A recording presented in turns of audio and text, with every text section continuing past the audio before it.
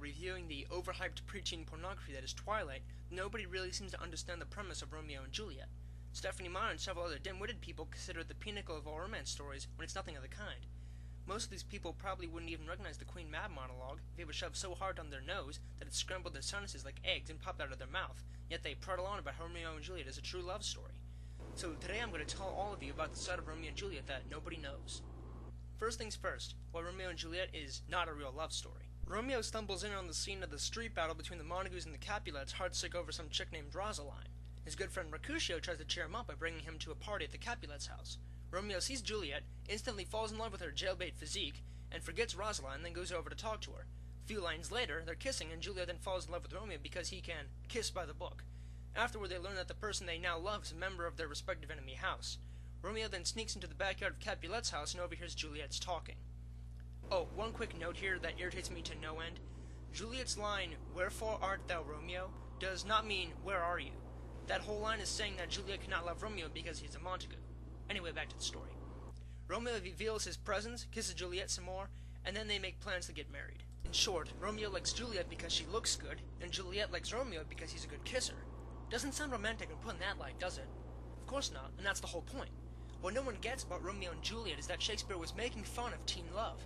Shakespeare was one of the most cynical men to have ever lived when it comes to romance. Why else would all his comedies focus on idiotic love triangles and subplots? But few people seem to realize this and continue to hold up Romeo and Juliet as the epitome of romance literature when in reality it's a version of How Not to Scroll with a Chick guide that happens to have a lot of sword fighting. Ah yes, it wouldn't be a Romeo and Juliet review without mentioning all the swordplay. Shakespeare lived in a rather interesting time. Civilization was in the midst of the Renaissance, emerging from the feudal Dark Ages, which were wrought with crusades, invasions, and other such malarkey. Men still carried swords and often dueled. What was odd, however, was that there existed a gentleman's code about when you could and could not attack someone. Imagine it this way. You're walking down the hallway at school and someone says, "Your mother is a harlot and is frequently seen practicing premarital sex with several men simultaneously for a low fee." Now imagine that someone says that your intelligence is subpar to the point that I must question whether or not you have a surplus 21st chromosome, resulting in a genetic condition known as Down syndrome. Now imagine that there was a code stating that you could kill the man who said the first statement, but not the second, even though they were both equally insulting. Sound stupid? It did to Shakespeare. He satirizes the notion of gentlemanly combat throughout the play. Take, for example, Tybalt, Juliet's brother and a master swordsman.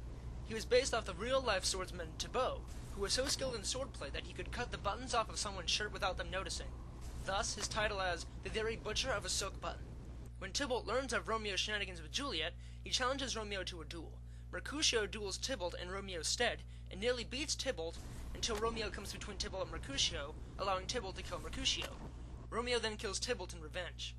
What do these events prove? Well, mainly that Romeo is a hot-headed idiot, but it also shows that the sword-fighting culture is still present during Shakespeare's time. Romeo and Juliet is a brilliant play by Shakespeare. It certainly deserves its fame, but people need to know why the play is famous before they give it an unnecessary label as a love story. It's not a story about true love. It's a story about two lusting, stupid teens that committed suicide because Romeo was an idiot and didn't hear about Juliet's plan. And it's about swords. Lots and lots of swords. And if the Queen Mab monologue is any indicator, it's also about drugs. Lots and lots of drugs.